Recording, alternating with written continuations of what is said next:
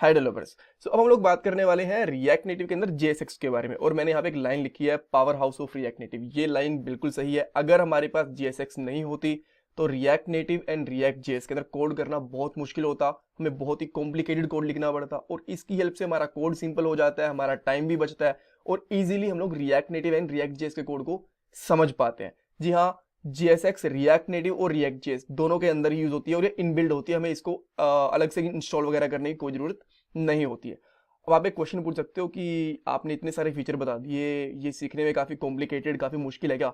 जी नहीं, देखो इस वीडियो के अंदर ही आप लोग आराम से JSX समझ जाओगे और जैसे जैसे हम लोग रिएक्ट नेटिव पढ़ेंगे आप रिएक्ट JSX के अंदर मास्टर भी हो जाओगे। ऑलराइट, सो सिंपल है, इसके बारे में टेंशन लेने की जरूरत नहीं है।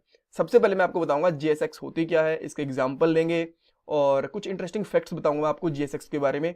इसका वेट करना, यहाँ तक देखना डेफिनेटली, बिकॉज जब आप ये इंटरेस्टिंग फैक्ट बताओगे ना इंटरव्यू लेने वाले को, तो वो डेफिनेटली इंप्रेस होगा कि यार आपको काफी डेप्थ में नॉलेज है रिएक्ट नेटिव की और JSX की। और लास्ट में कुछ और इंटरव्यू क्वेश्चन भी हम लोग डिस्कस करने वाले हैं। सो पहले क्वेश्चन के साथ में स्टार्ट करते हैं। JSX होती क्या? देखो इसका मतलब होता है जावास्क्रिप्ट एक्सटेंशन। अब एक्सटेंशन से मतलब कि जावास्क्रिप्ट के अंदर कुछ और फीचर्स ऐड कर दिए गए और उसको कह दिया गया JSX।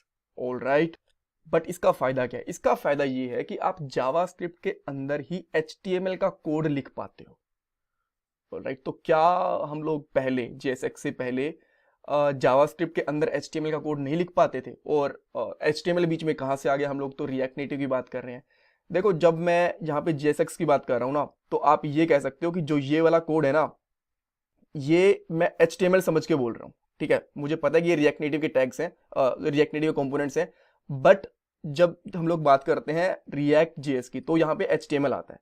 तो सिंपल वे में मैं समझाने के लिए इसको एक बार के लिए HTML समझ रहा हूँ ताकि आपको भी थोड़ा सा इजी रहे समझ में। राइट, तो होता क्या था पहले, JSX से पहले जो ये वाला कोड है ना, ये आप लोग जावास्क्रिप्ट के अंदर नहीं लिख पाते थे, आपको अलग से लिखना पड़ता था।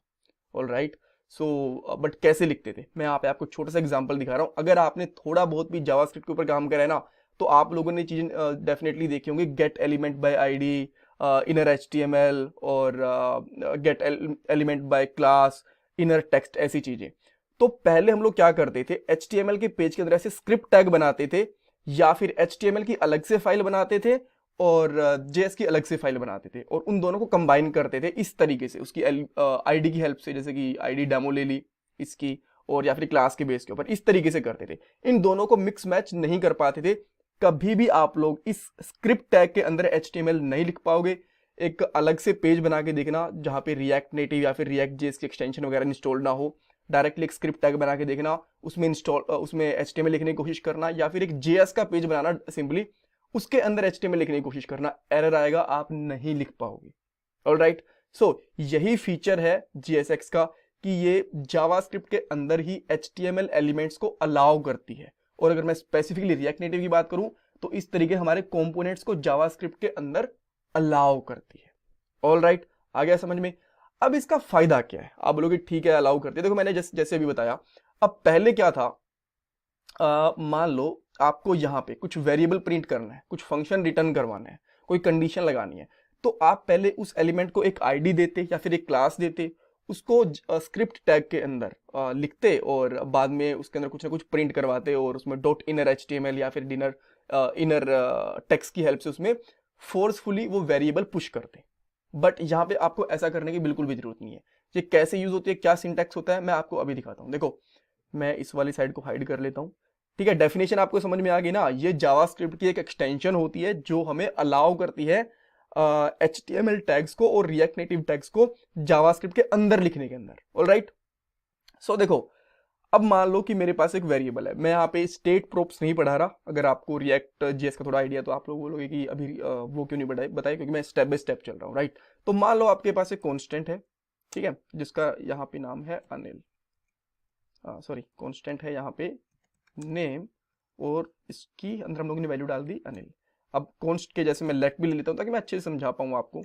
एज जिसकी है 29, ठीक है, और वॉर, तीनों लेके दिखा देता हूँ बिकॉज हम लोग तीनों यूज करते हैं जावास्क्रिप्ट के अंदर। तो हम लोग, मैं इसको ले लेता हूँ यहाँ पे abc@test.com। सिंपल है, कोई दिक्कत नहीं है। अब क्या होता अगर यहाँ पे JSX नहीं होता, तो मुझे मान लो इसकी एक ये मेरे पास टैग था, इसकी एक आईडी देनी होती और बाद में उसके अंदर dot inner HTML dot inner text ऐसे करके पुश करवाना पड़ा। बट यहाँ पे बहुत सिंपल है, जैसे कि आप, अच्छा मैं सब कुछ हटा देता हूँ, बस एक टेक्स्ट रखता हूँ इस तरीके से, ठीक है, यहाँ पे सिंपल हो गया।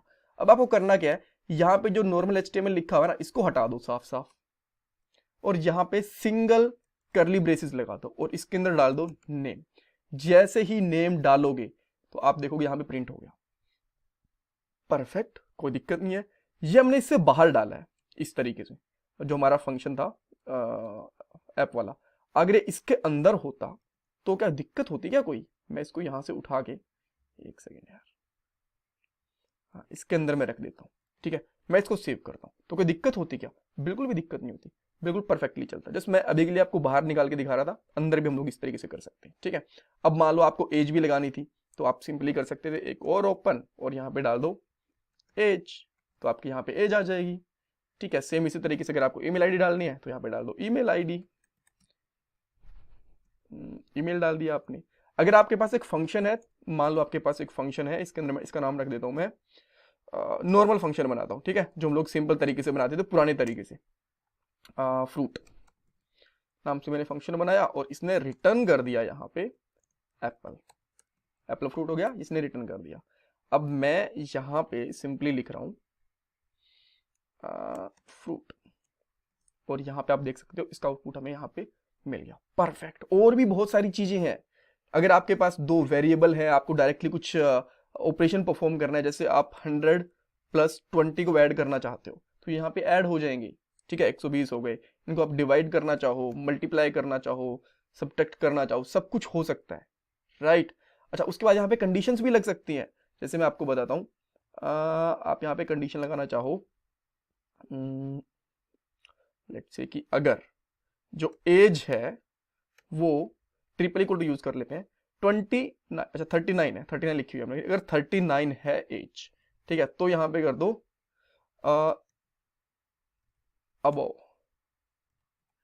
अबव 30, ठीक है। एल्स मतलब कुछ भी लिख दो, एल्स लिख दो अननोन एज, ठीक है। अब देखो यहाँ पे क्या आया, अबव 30 आ गया, और लेट से कि मैं यहाँ पे कर देता हूँ 3 साल कर देता हूँ, तो यहाँ पे क्या आ जाएगा, अननोन एज, ठीक है। सो इस तरीके से आप लोग इसके अंदर कंडीशंस वगैरह भी लगा सकते हो, और भी बहुत सारी चीजें होंगी, ये हमने बेसिक पढ़ लिया। इसमें लूप्स वगैरह कैसे यूज करते हैं मैं आपको वो भी बताऊंगा, और धीरे धीरे हम लोग सीखेंगे, बट आपने बेसिक चीज समझ ली कि JSX किस तरीके से काम करता है। हम लोग डायरेक्टली जावास्क्रिप्ट लिख सकते हैं HTML टैग्स के अंदर, और जावास्क्रिप्ट की फाइल के अंदर हम लोग HTML वाला कोड भी कर सकते हैं इस तरीके से। ऑलराइट, इंटरेस्टिंग फैक्ट देखो, मैं यहां पे लिखता हूं JSX फुल फॉर्म, ठीक है। 2-3 जो ऑफिशियल वेबसाइट होंगी ना, वहां पे कभी भी नहीं लिखा मिलेगा कि इसका मतलब है जावास्क्रिप्ट XML, जो हम लोग यूजली बोलते हैं। मैं ये नहीं कह रहा गलत कह रहे हैं, बिकॉज इसके अंदर कहीं यही भी नहीं लिखा हुआ कि ये गलत चीज है। तो अगर हाँ, यूजली किसी से कोई पूछता है ना कि JSX का फुल फॉर्म क्या है, तो बोलते हैं जावास्क्रिप्ट XML, ठीक है। पहली वेबसाइट खोलते हैं, W3 स्कूल्स के ऊपर लिखा हुआ है, मान लिया, ठीक है। JSX की अगर हम लोग यहाँ पे बात करते हैं, Geeks for Geeks पे यहाँ पे भी लिखा हुआ है, बट क्या ये ऑफिशियल वेबसाइट है? जी नहीं, React.js वाली एक ऑफिशियल वेबसाइट है। इसके ऊपर जाके देखें हम लोग, इन्होंने क्या लिखा हुआ है, कहीं भी इसके अंदर इन्होंने बोला हुआ है this is a funny tag, ठीक है, बट अगर मैं इसके अंदर XML सर्च करूं ना, तो एक जगह पे लिखा हुआ है, if a tag is empty you may close it immediately with this like XML, otherwise इन्होंने कहीं भी XML का मेंशन नहीं करा। Alright, surprising. तो कोई जरूरी नहीं है कि इसका मतलब, मुझे कहीं ऐसा लिखा हुआ मिला भी नहीं कि इसको आप कह सकते हो कि ये XML है, जावास्क्रिप्ट XML है। हो सकता है इसका मतलब जावास्क्रिप्ट एक्सटेंशन हो, जैसा कि इन्होंने फर्स्ट लाइन के अंदर लिखा हुआ है।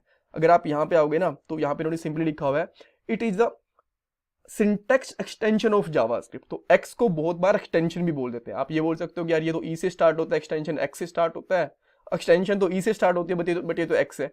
बट बहुत बार ऐसा होता है, हम लोग एक्सटेंशन को E से बोल देते हैं प्रोग्रामिंग लैंग्वेज के अंदर। ऑलराइट, अच्छा और देख लेते हैं, अगर हमें इसकी ऑफिशियल वेबसाइट के ऊपर ही जाना है, एक्चुअली ऑफिशियल वेबसाइट के साथ में, तो npm लिखूंगा मैं यहाँ पे, उसके बाद में इसकी ऑफिशियल वेबसाइट दिख जाएगी आपको। थोड़े मुझे क्लिक्स करने पड़ेंगे, मैं यहाँ पे जाता हूँ, आयो के ऊपर जाता हूँ, एंड यहाँ पे जाता हूँ, ठीक है। यहाँ पे एक बार देख लेते हैं क्या हमें ऐसा कुछ मिल रहा है। गिटहब के ऊपर अगर आप आओगे ना, तो यहाँ पे भी कहीं पे भी ऐसा आपको ऐसा लिखा हुआ नहीं मिलेगा कि इसका मतलब XML है, राइट। सो ये थोड़ी वियर्ड चीज़ है कि लोग, आई डोंट नो लोग इसको क्यों XML बोल रहे हैं।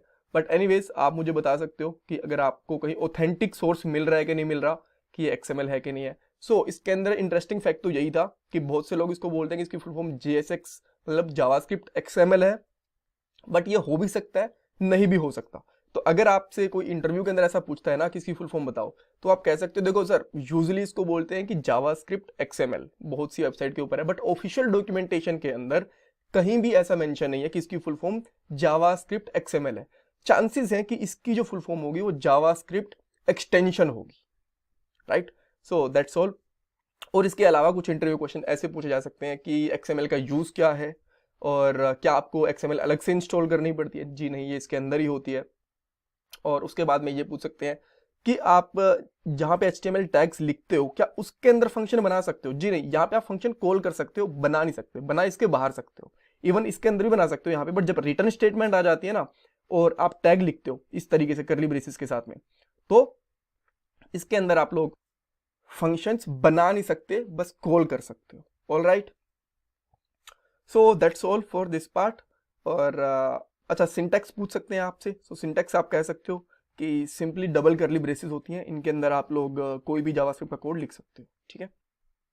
Okay, so that's all guys. और मैं आपसे रिक्वेस्ट करूंगा कि प्लीज़ मुझे सपोर्ट करो, वीडियो को लाइक करके, चैनल को सब्सक्राइब करके, कमेंट सेक्शन में अपना फीडबैक देके। और अगर आपको कुछ कन्फ्यूजन है, कुछ डाउट है, तो मुझे कमेंट सेक्शन में पूछ सकते हो। Thank you so much guys.